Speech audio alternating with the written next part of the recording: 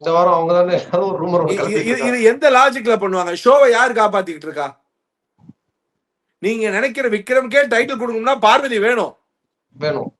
இது கிட்டத்தட்ட ஆனா நீங்க நிச்சயம் பார்வதிக்கு கொடுக்க மாட்டீங்கன்னு தெரியும். இந்த ஷோவை ஜெயிக்கக்கூடிய எல்லா குவாலிட்டிக்கும் ஒரு நீங்க செட் பண்ணிட்டீங்க. யார் ஹீரோ யாரு வில்லன். இப்ப ஸ்டேஜிங் பண்றீங்க, நரேட்டிவ் செட் பண்றீங்க. உங்களுக்கு தேவையான ஜோக்கர்ஸுங்களை வெளியில விடாம உள்ளுக்குள்ளேயே புடிச்சு நீ எல்லாம் பிரைட், நீ கொஞ்சம் கூட பிரைட்டா ஷைன் ஆயிடக்கூடாத நிறைய பிளேயர்ஸ வெளியில அனுப்பி வின்னிங் லீக்ல இருந்து வெளில எடுத்துட்டாங்க.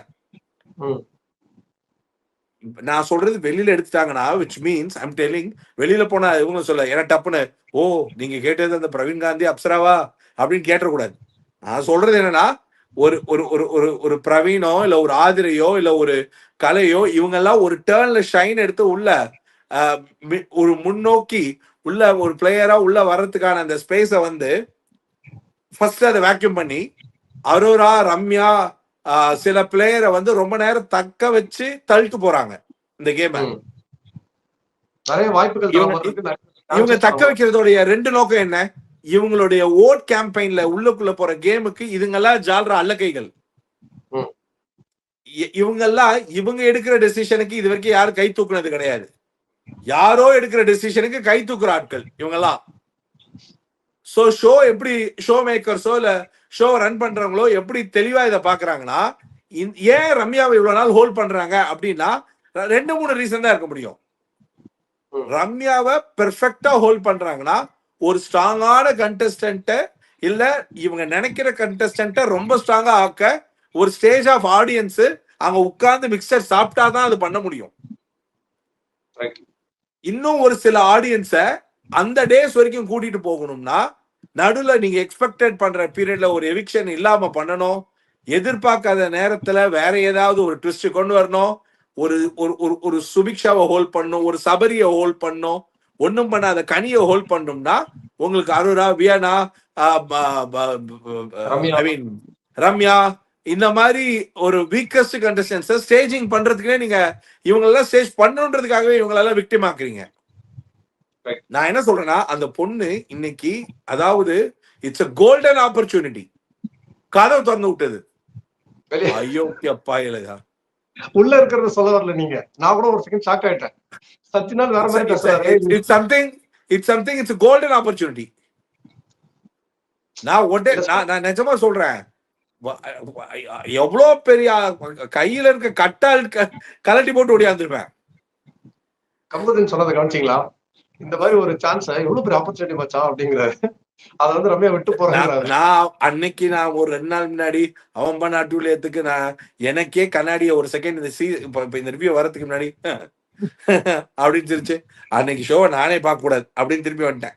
ஏன்னா சரி ஓகே சரி ஓகே உங்க உங்க உங்க உங்க ஷோ உங்க சேனல் உங்க நீங்க துப்பிக்கிறதா பேசிட்டு இருந்தோம். கரெக்டா ரெட் கார்டு ரேஞ்சில பேசிட்டு இருந்தோம். பட் நீங்க வந்து வெளியே உங்களுக்கு லேடிஸ் ஃபேன்ஸ் இருக்காங்க, உங்க ட்ரெஸ் நல்லா இருக்கு ஏதாவது சொன்னா நம்ம 2 பேருக்கு கமருதீனை பிடிக்கல வன்பத்துல சுத்துறன்னு வேற சொல்லிடுவாங்க. இல்ல இது இன்னைக்கு நடக்கும் போதுதான் தெரியுது.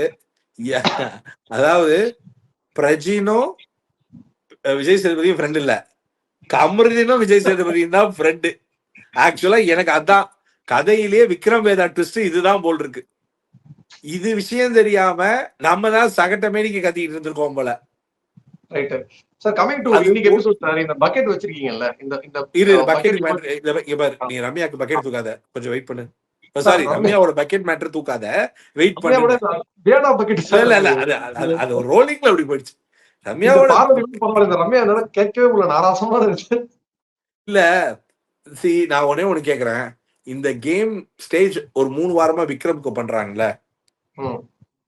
இத பெருசா யோசிக்கிறதுக்குள்ள ஃபர்ஸ்ட் இந்த வாரத்துக்குள்ள ஒரு டாஸ்க்ன்ற பேர்ல யார் உங்களுக்கு பக்கத்துல இருப்பான்னு ஒரு நரேட்டிவ் செட் பண்ணி விக்ரம்னு சொல்ல வைக்கிறாங்க, ஓகே வினோத்னு சொல்ல வைக்கிறாங்க, பார்வதி.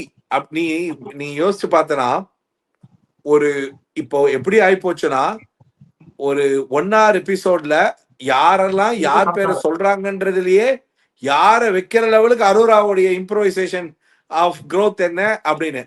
இந்த அமித், இந்த ரம்யா ஜோ, இந்த அரோரா, இவங்கெல்லாம் இப்போ எல்லாரும் என்ன சொல்றது ரேண்டமா நான் டிஜிட்டல் ஸ்பேஸ்லயும் பாக்குறது என்னன்னா பிரஜன் எவிக்ட் பண்ணப்பட்டாருன்னு. சரியா? இதுல பெரிய ஷாக்கிங் ஆகிறதுக்கெல்லாம் எனக்கு தெரிஞ்ச ஒண்ணும் கிடையாது. சரியா? எனக்கு புரிஞ்ச ஷாக்கிங் ஒன்னே ஒண்ணு சொல்றேன். ஆக்சுவலா சொல்லணும்னா இந்த 2 வாரத்துக்குள்ள உண்மையிலேயே ஒரு டிரான்ஸ்பர்மேஷனையும் ஒரு எஃபர்ட்டையும் எடுத்து இந்த கேம்குள்ள வேற விதமான ஒரு டிரான்ஸ்பர்மேஷனை ட்ரை பண்ணி வரும்பொழுது பிரஜினை வெளில எடுக்கிறதுக்கான காரணம் சாண்ட்ராக்காக தான்ற மாதிரி எனக்கு ஒரு ஃபீல். இத நாளைக்கு டீடைலிங்கா பேசிக்கலாம். ஓகே. அப்படி பார்த்தா இந்த வாரத்துல சொல்லுமா. இல்ல போன வாரமும் இப்படிதான் தனின்னு போஸ்டே பாத்துட்டேன் சார். நிறைய பெரிய பெரிய யூடியூப் சேனல்ஸ் பெரிய பெரிய சேனல்ஸே போட ஆரம்பிச்சிட்டாங்க. அப்புறம் பார்த்தா நோ எவிக்ஷனுங்கிறாங்க. சோ அது நம்ப முடியல. நாளைக்கு நம்ம பாக்குற வரைக்கும் வெயிட் பண்ணிடலாம். பிரஜின்தாரன் அவர் தான் அன்அபிஷியல் ஓட்டிங்ல லாஸ்ட் இருந்தாரு. இல்ல எனக்கு தெரிஞ்ச உங்கள்ட்ட கேட்டேன் பிரஜின்தான்ட்டாங்க. உண்மைதான். ஆனா பட் எனிவேஸ் நம்ம நாளைக்கு பார்த்து பேசிக்கலாம். ஆனா அதுக்கான காரணம் எனக்கு தெரிஞ்சு there is no other reason. நீங்க அமித்தெல்லாம் கன்ஃபார்மா எடுத்துடலாம். இந்த வாரத்துல அமித்தோ இல்ல நீங்க எடுக்கணும்னு நினைச்சா கம்பரிதனையோ இல்ல எவ்வளவோ பேர் எடுக்கலாம். நீங்க அப்படி இருந்து பிரஜினை எடுக்கிறீங்கன்னா உங்களுக்கு பிரஜினை தாண்டி அமித் கிட்ட ஏதோ ஒரு கேமை பார்த்திருப்பீங்க. அப்படிதான் ஏதோ இருந்திருக்கும். பிரஜின் போட்ட எஃபர்ட் பயங்கரம். ஒரு தடவை வில்லனோடைய எக்ஸ்ட்ரீம் போயிட்டு வந்திருக்காப்ல. எனக்கு என்னன்னா நீங்க இந்த ஷோல ஒரு சில பேருக்கு எதுக்காக வாய்ப்பு கொடுத்து அவங்கள விளையாட விடுறீங்க, எதுக்கு ஒரு சில பேர் விளையாட நினைக்கிறீங்க, எல்லாத்துலயுமே உள்நோக்கத்துக்குள்ள வர்ற ஒரு பிரச்சனைகள் என்னன்னா வித்தின் த ஃபேமிலிக்குள்ள இப்ப இது எப்படின்னா இந்த கப்பிள் பேரிங்க வச்சு ஒரு கேம் போய்கிட்டே இருக்கிறது திரும்பி இதாகும் ஸ்கோப் ஆகும்ன்றதுனாலயும் சாண்ட்ராவுடைய கேம் பிரஜின் இருக்கிறதுனால ஒரு மாதிரி ஒரு ஷேடோ லைன் ஆகுது மற்ற பிளேயர்ஸ் கிட்ட. சாண்ட்ரா, பார்வதி, திவ்யா இவங்க எல்லாருமே ஒரு டர்ன்ல திரும்பி ஒரு மாதிரி ஆடணும்னா ஆதிரை இவங்க எல்லாம் இப்ப இப்படி இருக்கும்போது ஒரு மாதிரி கேம் ஆட ஆரம்பிக்கணும்னா ஹைலி எனக்கு தெரிஞ்சு நான் புரிஞ்சுக்கிறது பிரஜின் வெளில போனாதான் அந்த கம்ஃபர்ட் இருக்கும். இன்னொன்னு போன வாரத்துல எதுக்கு இவங்க 2 பேரும் அடிச்சுட்டாங்கன்னு தெரியல, அமைதியா போனது. அதனால இந்த கேம்ல சாண்ட்ரா பிரஜினோட இமேஜ் போக போக இன்னும் ரொம்ப தப்பா போயிடக்கூடாதுன்னு இப்போ ஒரு நல்ல ஒரு மாதிரி கெட்ட பேர் இல்லாத ஒரு டிராவல் இருக்கு. இந்த நேரத்துல வெளில தூக்கிடலாம் நினைக்கிறாங்களோன்னு நான் நினைக்கிறேன். Okay. Anyhow, he is going to come back in 2 weeks of time family taskல குழந்தைகளை கூட்டிட்டு. Okay. So that's going to be a lovely family moment. சரி இதெல்லாம் நாளைக்கு கண்டென்ட். எதுக்கு நீங்க பேசிட்டு மேட்டருக்கு வந்துருவோம். எனக்கு இன்னொரு ஆங்கிள் ஷோ ஆரம்பிக்கும் போது ஃப்ரைடே கண்டென்ட்ல ரொம்ப உட்கார்ந்து ஏன் இவ்வளவு ஒரு தாக்கத்தோட பேசுறேன்னா ஷோ விஜய்